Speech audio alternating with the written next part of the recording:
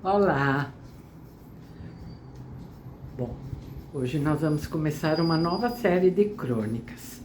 E quem as escreveu foi a Carla Alessandra Ferreira, que eu vou mostrar para vocês, a Carla. Aqui. Que linda, né? A mini biografia dela diz assim: neste momento, prestes a completar meio século, tempo que só acreditamos que realmente passa rápido, ou melhor, voa, quando constatamos. Afinal, temos uma leve desconfiança, quando mais jovens, que os mais experientes são deveras exagerados. O bom é que neste momento, por convite e insistência de uma grande amiga, percebi que não tinha simplesmente passado. Muitas histórias tinham sido deixadas e então, sem querer, a dentista, propensa a uma linha reta e tudo bem organizado, portanto especialista em ortodontia e que ainda adora cozinhar, cuidar da família e da casa, começou a escrever. E em meio a mulheres poderosas e para novos momentos experienciar, voltou a estudar. Afinal, meio século. Hoje é só o começo. Que maravilha, cara. Bom, vocês sabem que cada uma delas escolhe uma trilha sonora, né? Vamos ver qual a da Carla.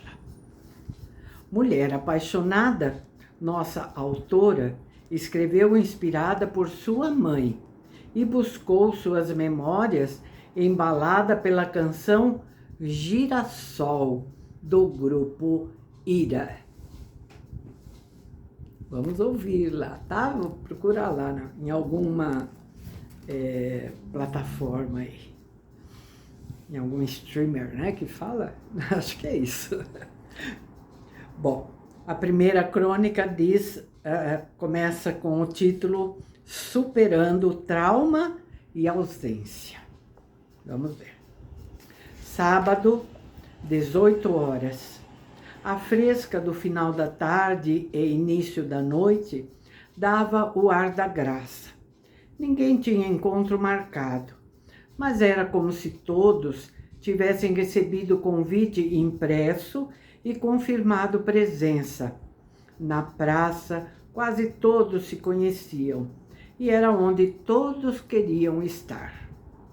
Os bancos com propaganda dos principais comércios eram disputados pelos rapazes, sempre vestidos impecavelmente, camisa geralmente branca, bem passada, calça vincada e sapatos brilhando, denunciavam a graxa recente. Enquanto as moças, em seus vestidos evasê, cabelo e maquiagem perfeitos, desfilavam contornando a praça como se ali houvesse uma passarela. Os olhares se encontravam e no mesmo instante se dispersaram, para na próxima volta se reencontrarem e se perderem. Esse era o jogo que dava energia para superar mais uma semana de trabalho e estudos. Assim, eles se conheceram. Ela, secundarista, como a maioria, sonhava ser professora. Estudava à noite e trabalhava para ajudar a mãe viúva. Ele precisou largar os estudos, mas há muitos anos trabalhava no comércio. Com uma lábia inigualável, se destacava dos demais e almejava outra posição que lhe garantisse um futuro melhor. Com o tempo, ele começou a viajar para treinamentos em outras lojas. O interior de São Paulo ficou pequeno. Novas oportunidades surgiram em outros estados. Sua presença foi rareando e estar juntos se tornou cada vez mais difícil. Ela seguia o conselho da mãe e da madrinha. Não podia largar os estudos, pois a marca do lado esquerdo dificultaria um casamento. A marca não a abandonava. O espelho a denunciava. Desde que acordava e o encarava para escovar os dentes, até o mesmo momento ao se deitar. E também nenhuma roupa a escondia. Afinal, ela se estendia pelo rosto, orelha, pescoço, braço e antebraço. No entanto, a mãe, mesmo com pouco estudo, sem se dar conta, acabou por contribuir para a ausência de trauma, sempre a vestindo igual às irmãs, nunca tentando esconder aquela queimadura que a acompanhava desde os 3 anos. A inteligência sempre esteve presente. Acredito que na passarela da praça, razão e emoção penetraram em um mesmo olhar e lhes proporcionaram a felicidade. Ela finalizou os estudos, ele completou os treinamentos e recebeu sua promoção. Enfim, superaram a distância. E para espanto de uns e alegria de muitos, finalmente se casaram. Na igreja matriz, de frente para a praça, e com um lindo vestido de alça. Ai, que lindo!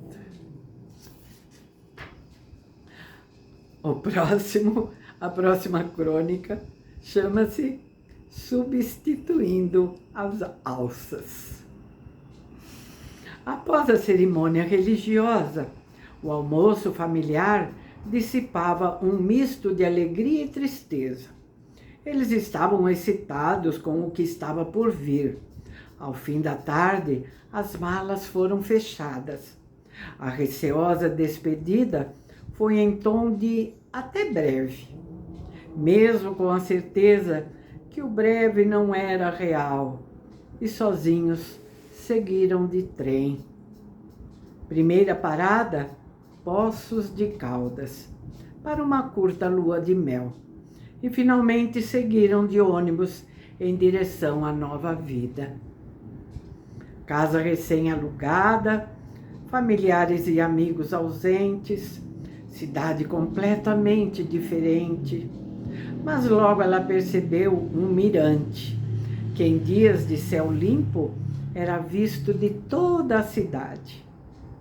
As alças, até então usadas com tanto orgulho, precisaram ser substituídas por malhas, tricôs pesados e sobretudos, que agora escondiam grande parte das cicatrizes.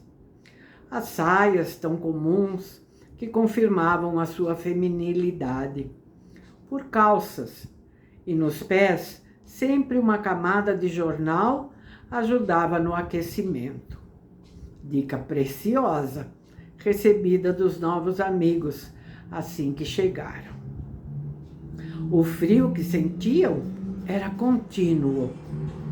Afinal, trocar o oeste paulista com lindos campos repletos de cafezais, de invernos amenos e verões rigorosos, com temperaturas próximas dos 40 graus, por Ribeirão Pires, estância turística da região metropolitana da Terra da Garoa, fria, de neblina permanente e, óbvio, ao final das tardes, uma garoa frequente devido à umidade, não foi a tarefa mais fácil. No entanto, a posição estável que ele havia conseguido com muito trabalho não era passível de desistência, e assim seguiram juntos e muito unidos. Ela não desistiu de seus sonhos E mesmo com a ideia de formar uma família, não se contentou com o que ele poderia lhe proporcionar. Intimamente, não esquecia do conselho da mãe e da tia. Desde o acidente aos 3 anos com a lamparina, estude, trabalhe, seja independente. E assim fez. Cursou faculdade, numa época em que a maioria das mulheres ficava em casa, cuidando dos filhos, e optou por História, em pleno regime militar. A presença de um militar nas salas de aula era invariável, muitas vezes transformando períodos de aprendizagem em momentos de meras trocas de amenidades. Trabalhava, estudava e estudava. Não parava. Ela adorava estudar. Prestou vários concursos, passou em todos e foi mãe, mesmo numa gestação de alto risco, que a tornou mãe de um extremo prematuro. 24 semanas. Nada tirava da rotina. Foram mais de 30 dias de casa para a UTI. Trabalho, UTI, casa, jantar e UTI. Pouco tempo de descanso e retorno para um novo dia de UTI. Mas todas as dificuldades foram ultrapassadas. A família formada, outra faculdade foi iniciada e finalizada. Ainda uma terceira graduação, quando a filha caçula estava no fundamental.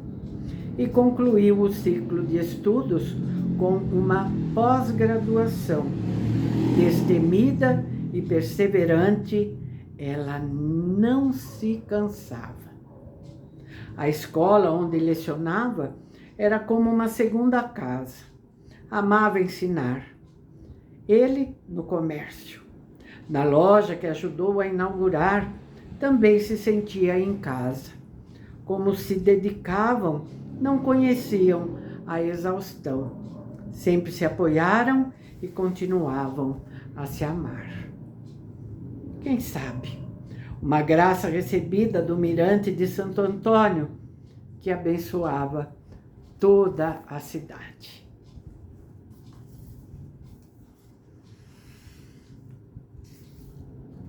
Agora, a próxima chama-se Ela, e é em formato de um poema.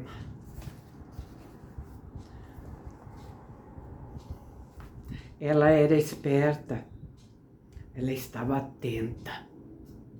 Desde muito nova, percebeu que deveria se empenhar. Entendeu que ouvir e esperar era muito importante. Identificou nas entrelinhas o que o futuro lhe reservava. Ela soube ouvir e conseguiu discernir que os conselhos eram para o bem. Ela não se perdeu, ela não se abateu. Estudou, trabalhou e lutou. Ela não se distraiu. Ela tinha foco, ela tinha desejos, ela tinha objetivos. E não deixou nenhum para trás. O tempo não incomodava, ela o controlava. Ela sempre comandava. E como era capaz? Aprendeu e ensinou que para qualquer problema sempre há uma solução. Ela foi inspiração, ela foi dedicação, ela foi realização.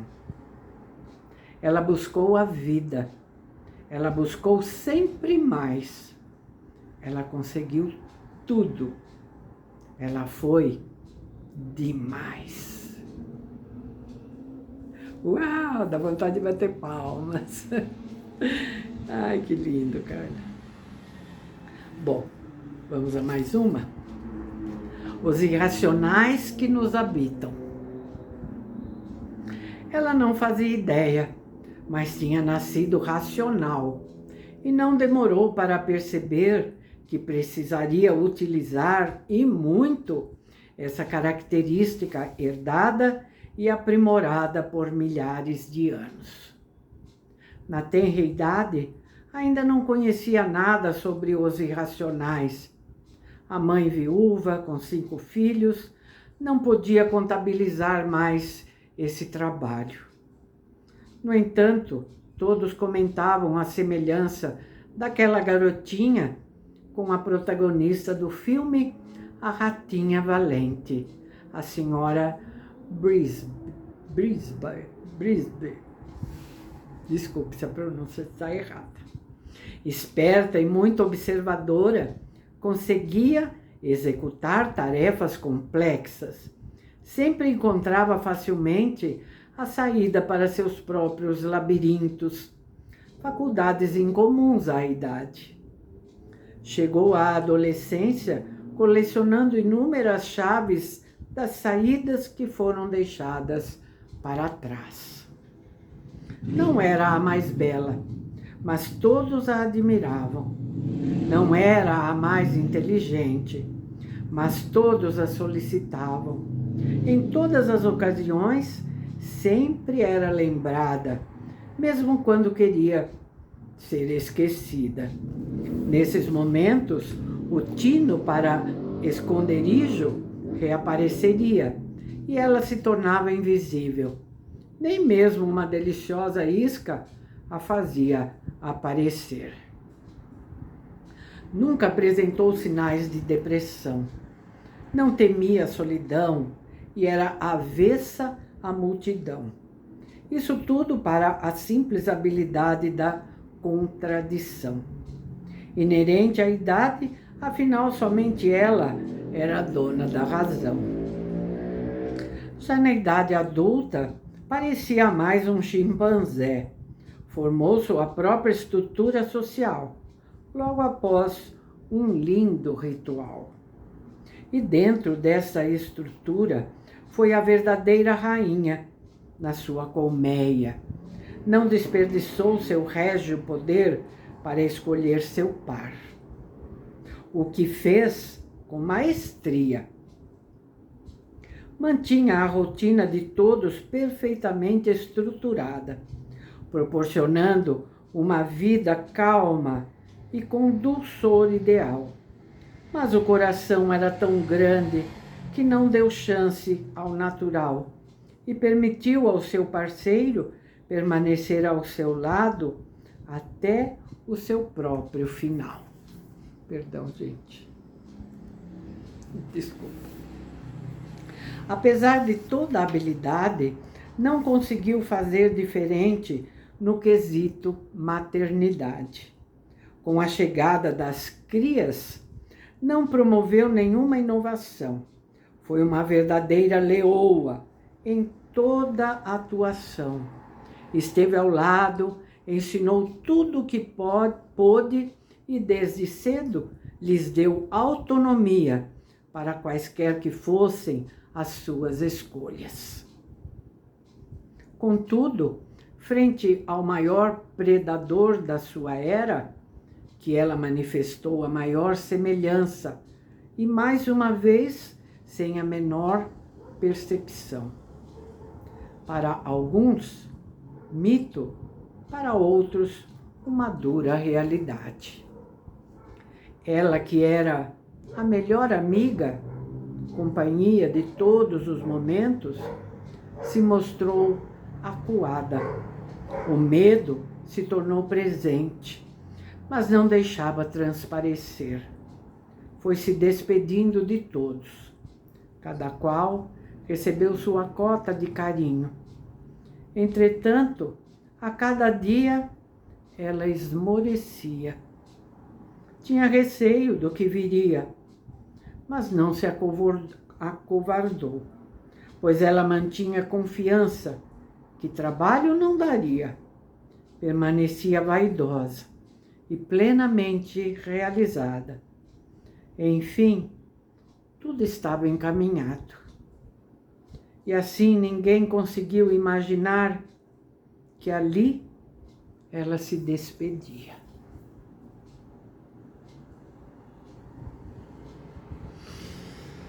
Bom, seguem outras crônicas. Então, vejamos. Tá bem? Até o próximo vídeo, então, onde continuaremos a ler as crônicas da Carla. Tá bem? Até lá. Obrigada por estarem aqui comigo acompanhando, tá bem? Muito obrigada. Carla, no começo já diz tudo, hein? Parabéns. Opa!